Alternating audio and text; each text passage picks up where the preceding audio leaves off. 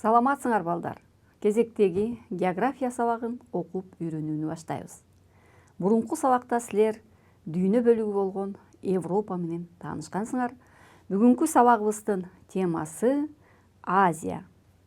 Демек, Евразия материги эки дүйнө бөлүгүнө бөлүнөт. Европа жана Азия. Сабактын жүрүшүндө Азиянын географиялык абалы, жаратылышы, калкы, айрым жаратылыш аймактары жана өлкөлөрү менен таанышасыңар.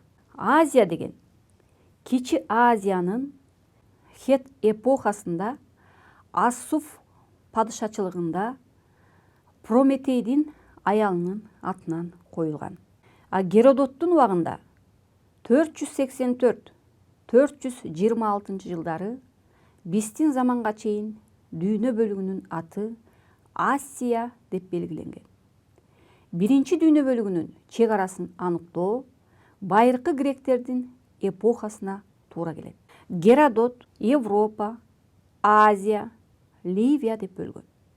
Биринчи болуп Европа менен Азияны бөлгөн грек окумуштуусу Гекатай Миленский. 550-590 жылдары биздин заманга чейин ал өзүнүн эмгегинде Земле описания деген эмгегинде чек араны Фасис дарыясы, азыркы Грузиядагы Рион дарыясы жана жер ортолук деңизи боюнча бөлгөн. Азия дүйнө жүзүндөгү эң чоң дүйнө бөлүк. Чыгыш жарым шарда Европа менен Евразия материгин түзөт. Азия менен Европанын чек арасы шарттуу түрдө Уралдын чыгыш этеги Эмба же Урал Кумаманычтын өрөөнү, Каспий, Азов, Кара жана Мрамор деңиздери менен Босфор жана Дарданелл кызыктары аркылуу Африка менен Суэц мойногу аркылуу туташып турат. Түндүк Америкадан Берин кызыгы аркылуу бөлүнөт. Ошентип, Евразия материги Европа жана Азия деген эки дүйнө бөлүгүнө бөлүнөт. Түндүгүнөн Түндүк муз океаны, түштүгүнөн Инд океаны, чыгышынан Тынч океаны жана түштүк батыш бөлүгүндөгү деңиздер Атлантика океанынын деңиздери менен курчалып турган дүйнө жүзүндөгү эң чоң дүйнө бөлүгү бул Азия дүйнө бөлүгү.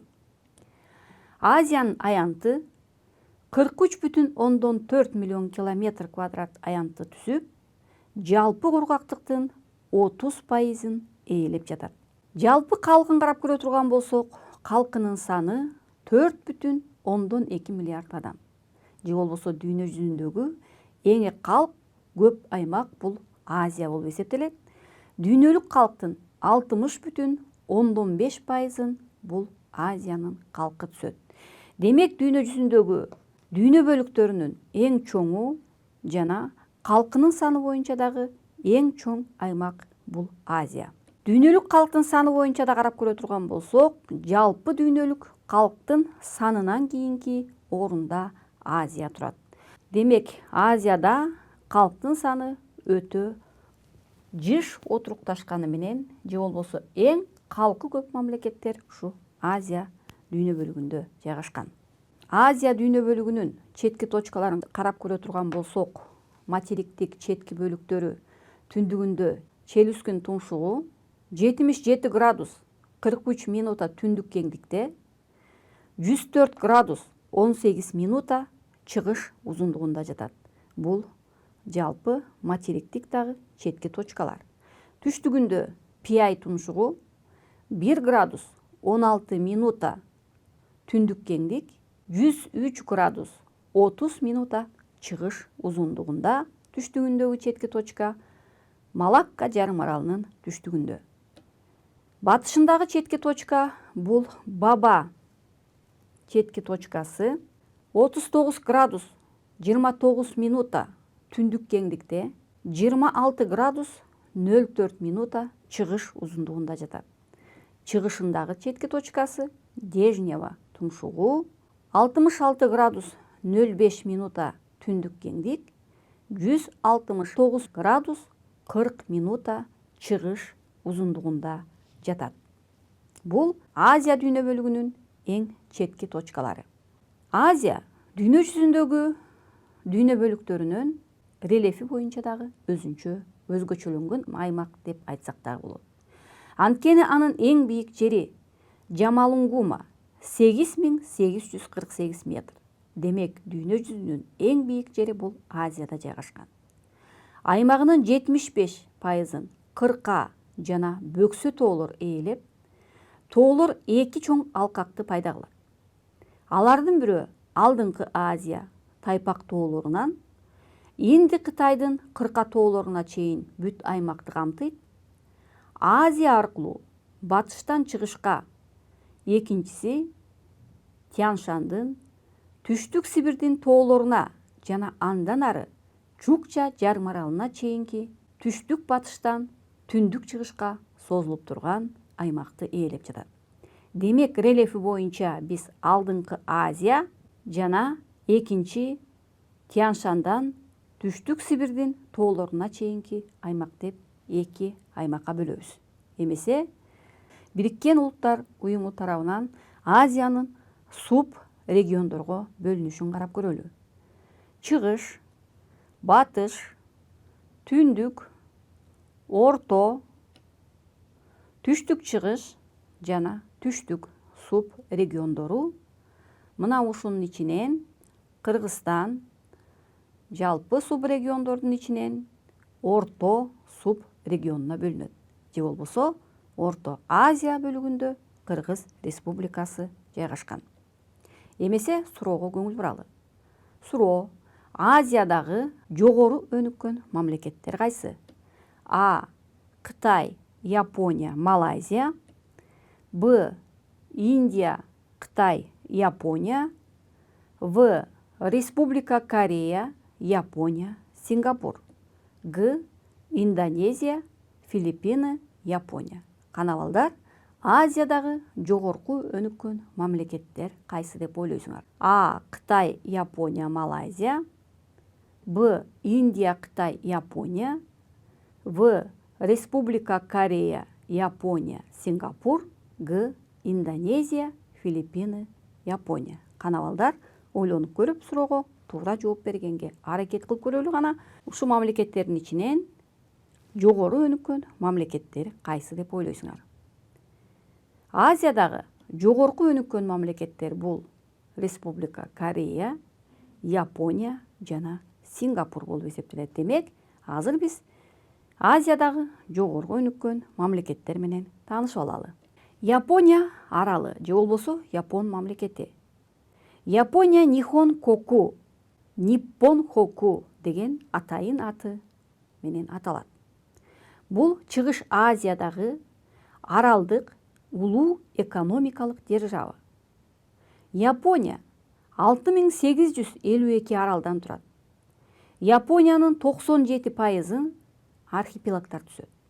Алардын ичинен эң ири аралдары Хонсю, Хоккайдо, Кюсю жана Сикоку аралдары болуп эсептелет. Демек, Япония 4 ири аралдан туруп, 6852 майда аралчаларда турат. Японияда 126 миллион калкы бар. Демек, дүйнө жүзү боюнча Япония калкынын саны боюнча дагы 10-чу орунда турат. Анын борбор шаары Токио шаары. Токиодо 30 миллион калк менен дүйнө жүзүндөгү эң ири агломерация катары эсептелет. Япония дүйнөдөгү илимий изилдөө жана робот өндүрүү пайдалануу боюнча дүйнөдө 1-чи орунда турат. Калктын өмүрүнүн узактыгы боюнча да алдыңкы орунда. Анткени Япониядагы калктын өмүрүнүн орточо узактыгы 82 жаш. Жана ошондой эле балдардын арасындагы өлүмү эң төмөн мамлекет катары эсептелет. Анда эмесе, кийинки суроого көңүл бурабыз. Эң чоң архитектуралык эстелик кайсы? А. Эйфель мунарасы. Б. Улуу Кытай сепили, В. Тадж-Махал, Г. Вавилон мунарасы. Кана балдар, эң чоң архитектуралык эстелик кайсы деп ойлойсуңар? А. Эйфель мунарасы, Б. Улуу Кытай сепили, В. Тадж-Махал, В. Г. Вавилон мунарасы. Кана балдар ойлонуп көрүп, суроого туура жооп бергенге аракет кылып көрөлү. Дүйнөдөгү эң чоң архитектуралык эстелик бул Улуу Кытай сепили болуп эсептелет. Дүйнөдөгү эң ири архитектуралык эстелик бул Улуу Кытай сепили. Улуу Кытай сепили 3-чү кылымда биздин заманга чейин курулуп башталган. Ал Хунну мамлекетинин элдерин коргоо максатында курулган. Бул курууга 1 миллионго жакын адамдар катышкан. Улуу Кытай сепили менен таанышып алалы. Улуу Кытай сепили. Дүйнөдөгү 8 кереметтердин бири катары эсептелген бул сепил Түндүк Кытайда жайгашкан. Улуу сепилди кытайлар Ванпи Чан Чен же бизче Минглиден ашкан сепил деп аташат. Кытайдын бирлиси бизче 57,6 метрге барабар. Бийиктиги орто эсеп менен 6,6 метр. Айрым жерлерде 10 метрге чейин жетет. Туурасы түп жагында 6,5 метр. Үстү 5,5 метрге чейин кууш тартып кетет. Үстүндө 2 ат араба жүрө алат десек болот. Адамзат колунан курулган сепилдерден бир гана ушул космостон даана көрүнөт. Бул архитектуралык эстеликтин курулушу биздин заманга чейин 3-чү кылымда император Цин Ши Хуанди башкарып турган мезгилде башталган. Бул мезгилди тарыхчылар согушчул мамлекеттер доору деп аташат. Сепилди куруу 2100 жылга созулуп, Улуу Кытай сепили дүйнөлүк мурастардын катарына киргизилген. Улуу Кытай сепили Азиядагы гана эң чоң эстелик катары эсептелбестен, Улуу Кытай сепили дүйнө жүзүндөгү эң ири архитектуралык эстеликтердин катарына кирет. Эмесе Азиядагы дагы бир өнүккөн мамлекеттердин бири бул Түштүк Корея. Түштүк Корея корейче чосон сөзмө сөз таңы серүүн өлкө деген маанини түшүндүрөт. Чыгыш Азиядагы Корей жарым аралындагы жана материктин ага улай жаткан бөлүгүндө жайгашкан. Чыгышынан Япон, батышынан Сары деңиз, түштүгүнөн Корей кызыгы менен чулганып турат. Ири өнөр жайлуу, маданияттуу, финансы борбор шаары бул Түштүк Кореянын борбору болгон Сеул шаары. Ал өзгөчө статуска ээ. Анткени өзүн өзү башкаруучу 26 районго бөлүнөт. Корея кеме куруу боюнча дүйнөдө алдыңкы орундарды ээлейт. Азиядагы дагы бир өнүккөн мамлекеттердин бири бул Сингапур. Сингапур түштүк чыгыш Азиядагы мамлекет. Сингапур аралында жана ага жанаша жаткан майда аралдарда Малакка жарым аралынын түштүк четинде жайгашкан. Британия ынтымагына кирип, Сингапур 63 аралдан турат. Сингапур рыноктук экономикада жогорку өнүккөн өлкө. Экономикалык эркиндик рейтинги боюнча жогорку билимдүүлүгү, калктын жогорку тартиптүүлүгү, калктын жашоо турмушунун жогорулугу, жогорку конкуренттүүлүгү, жагымдуу инвестициялык климаты менен өзгөчөлөнгөн мамлекет бул Сингапур. Сингапур дүйнөдөгү эң ири порт катары дагы эсептелет. Эмесе балдар, кийинки суроого көңүл буралы. Дүйнөдөгү нефти өндүрүүчү жана экспорттоочу алдыңкы мамлекет кайсы? А. Кувейт, Б. Ирак, В. Сауд Аравиясы, Г. Иран. Канабалдар дүйнөдөгү нефти өндүрүүчү жана экспорттоочу алдыңкы мамлекет кайсы деп ойлойсуңар? А. Кувейт, Б. Ирак, В. Сауд Аравиясы, Г. Иран. Канабалдар ойлонуп көрүп, суроого туура жооп бергенге аракет кылып көрөлү. Дүйнөдөгү нефти өндүрүүчү жана экспорттоочу алдыңкы мамлекет бул Сауд Аравиясы. Сауд Аравиясы королдугу Сауд Аравия жарым аралындагы эң чоң мамлекет. Сауд Аравия королдугу. Ал эки мечиттин өлкөсү деп аталат. Ал Иордания, Ирак, Кувейт, Катар, Бириккен Араб Эмираты, Оман, Йемен мамлекеттери түндүк чыгышында Персия булуңу, батышынан Кызыл деңиз менен чулганып турат. Сауд Аравиянын территориясынын 80%-ын Рубель-Хали чөлү ээлеп жатат. Демек, аймактын 80%-ы чөл. Сауд Аравия нефтинин запасы боюнча 2009 жылдагы рейтинг боюнча нефтини казуу жана экспорттоо боюнча дүйнө жүзүндө 2-чи орунду ээлеген. Демек, дүйнө жүзүндөгү нефтини казуучу жана экспорттоочу өлкө катары Сауд Аравиясы эсептелет. Жалпы Сауд Аравиянын экспортунун 95%-ын жана жалпы кирешесинин 75%-ын бул нефти түзөт. Эмесе дүйнөдөгү эң кызыктуу жерлер менен дагы таанышып көрөлү. Азиядагы эң кызыктуу жерлерге көңүл буруп көрөлү. Сызучай-Гою улуттук паркы Кытайда 1992 жылы дүйнөлүк мурастардын катарына киргизилген. Бул жерде кооз, ар кандай түздөгү көлдөр менен айырмаланат жана ар түрдүү шаркыратмалары менен айырмаланган парк бул Кытайдагы парк болуп эсептелет.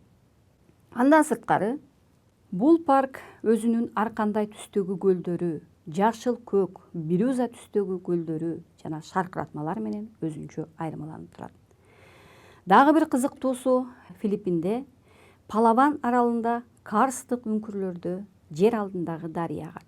Жер астынан аккан дарыянын узундугу 8 километр. Жер астындагы дарыянын негизинде улуттук парк уюштурулган. Бул аймактын өсүмдүктөр жана жаныбарлар дүйнөсү өтө ар түрдүү. Анда 800-кө жакын жаныбарлардын түрлөрү табылган. Алардын көбүнчөсү бул аймактын эндемиктери болуп эсептелет. Суроо: эндемик аралы деген титулду алып жүргөн арал кайсы? А. Мальдив, Б. Сокотра, В. Шри-Ланка, Г. Тайвань. Канабалдар эндемик аралы деген титулду алып жүргөн арал кайсы деп ойлойсуңар? А. Мальдив, Б. Сокотра, В. Шри-Ланка, Г. Тайвань. Канабалдар ойлонуп көрүп, суроого туура жооп бергенге аракет кылып көрөлү. Эндемик аралы деген титулду алып жүргөн бул Сокотра аралы экен. Сокотра аралы Африкадан бөлүнүп калган арал деп эсептешүүдө.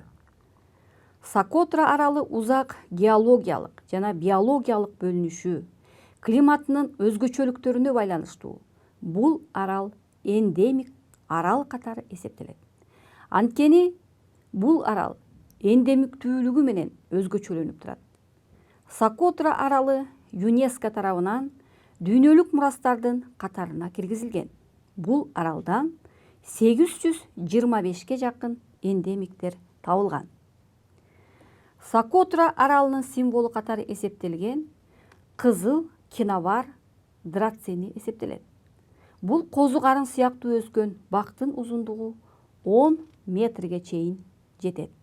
Ысык аймакка карабастан ушундай өзүнчө бир өзгөчөлөнгөн өсүмдүктөр өсөт. Андан сырткары, Адениум тучный багын карап көрө турган болсок, бул бакты айрым убактарда бутылка дарагы деп дагы эсептешет. Ысыкка чыдамдуу, бутактуу өзгөчөлөнгөн өсүмдүктөрү менен белгилүү болгон бул Сокотра аралы дүйнө жүзүндөгү эндемик аралдардын катарына кирет.